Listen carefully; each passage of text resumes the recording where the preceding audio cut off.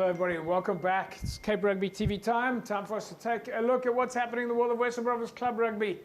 You could pretty much say that the business end has ended and now we're going into the second business end of the league and Western Province Club Rugby season, so to speak. But before we get there, of course, big thanks to our partners on board with us, Score Energy Drinks. We will explain to you how you can win yourself a case of Score a little bit later during the course of the show.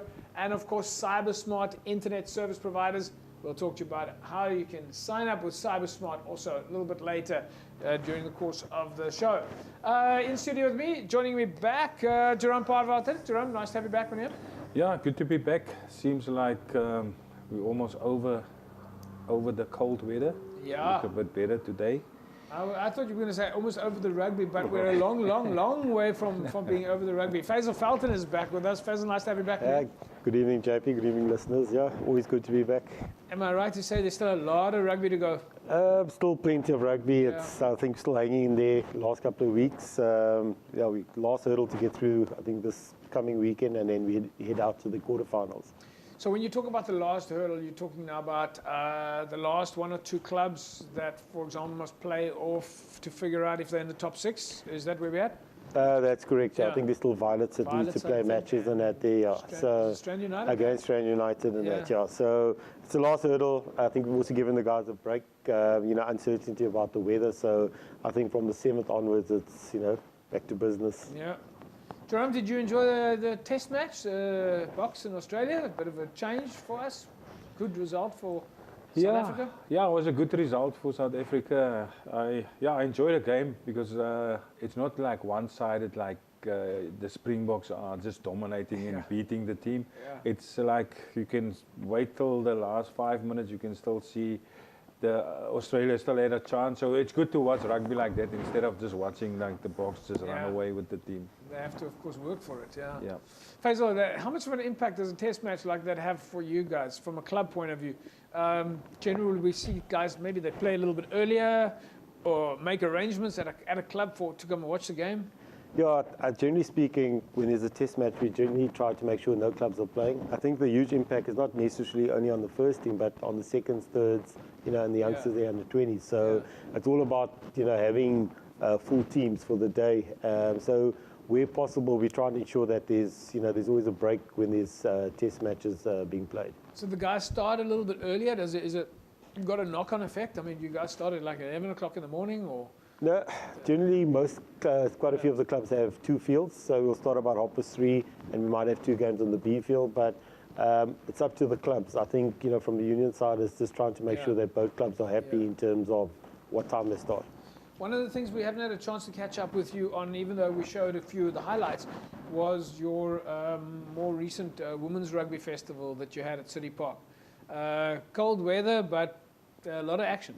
No, definitely. I think it was a fantastic day of rugby. It was nice to see the teams out. I think one of the targets for the year was completing the season, making sure that everybody plays matches. And I must say, well done to all the teams that's been participating in the women's section. We've got 19 teams, and all of them are putting through up until the last game and that. Yeah. Jerome, for the guys now, they move now, although I think we still have to wait for Super League C, but and we'll still look at the promotion and relegation side. But now for the teams that are in Super League C, they got a few days before they have to play again. What do they do in the meantime? Yeah, look, I mean, the guys, obviously, I think the guys know now, so they don't have to. I mean, fitness is done.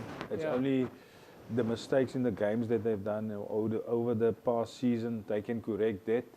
And give some guys opportunity to recover from injuries. Don't force them to train.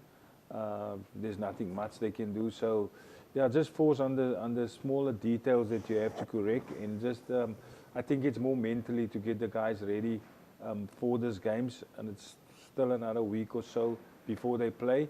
So there's a lot of time for them basically to recover and mentally just to work on how they approach the games coming up. Folks, we're going to take a look at the matches that were played last week, Wednesday, UCT and Marties, and then, of course, Durban and Hamilton's also. Faisal, both of these games, midweek games?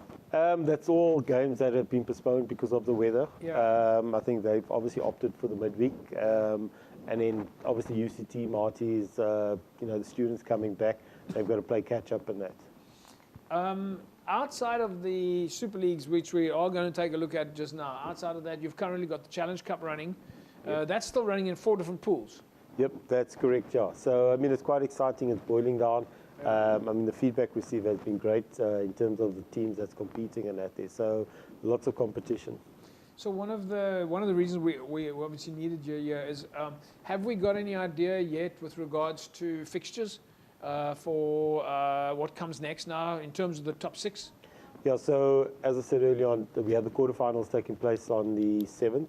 Or it's 7th or 6th? The 6th, sorry, the Saturday. Taking place on the 6th. And then the following week is the semi-finals 13th, and then the finals on the 20th. All right, so 6 September, and this is all happening at City Park? All happening at City Park, yeah. So that's, of course, the top 6 guys. You're playing quarterfinals and semi-finals. What about on the other side of the table? And we will look at those. You got playoffs and promotion relegation games. What happens there? Yeah, so obviously the guys that ended off 13 on the log, they're basically waiting to find out who they're going to be playing. So in Super C, Super B, I think it's Helderberg is waiting now to find out who's going to be the 3rd position in Super B. And then, obviously in Super B, you've got, guys in 13th position waiting as well. So those positions are related to where they finish on the log. Correct. Not where they finish in the Super 6. Yeah, it's only the 3rd position that will be part of the Super 6. Yeah. So it's a bit unfortunate. I think with the one disadvantage is obviously, teams like Helderberg, it's another, couple of weeks that they've got to wait until, that playoff match. Yeah, but so for example, a team like Helderberg, they will, if we look at the logs at the moment, Franschhoek ended up at number 3 in Super League B. Yeah. Does that mean Helderberg now play against Franschhoek, or do they wait until they see who comes 3rd in the top 6? They wait until they see who comes 3rd in the top 6. Right, okay, so the top 6 is actually quite important. Your season is not finished for you from a league point of view. Yeah. You actually have to perform to compete in that. I think the one thing is, obviously, you have, people always ask what happens to position 1 and 2. Automatically you should go up. The position 1 and 2 gives you advantage, which means you automatically go to semi-finals. Yeah. In the semi-finals, you have a playoff. A loser of that particular match will play against the loser of the other semi-finalists. That will give you position 3. So, and then in terms of the fixtures, in terms of the top 6, you're going to be playing quarterfinals, you're going to be playing semi-finals, and you're going to be playing finals. Do you play the knockout games then for the promotion relegation? Does that come after the top 6? And normally it will come on the finals. On the same day? Yeah, same day as the finals. Okay. You've got the 3 finals, and then you've got the knockout games that also takes place. Right, so you're looking at probably 6 games on that last weekend of September. Yeah, 6 games. All right, folks, a lot of different activity happening, a lot of action, and we're going to take a look at some of the results in a second. You've got the rundown at the moment. I think we'll be our next question is where we head towards the discussion around the promotion league. All right, so still going to be taking a look at that. Alistair Tace joins us in a couple of minutes, and he's going to talk us through some of his opinion on Super League A, B, C, Promotion Cup, Challenge Cup. Don't forget, of course, folks, the Paarl region as well is currently active. Lots of activity at Western Province Club Rugby. Don't forget, you win put yourself in the mix to win a case of Score energy drinks. All right, all that comes up a little bit later, so make sure you don't go away. We'll be back after the break. Back in a sec.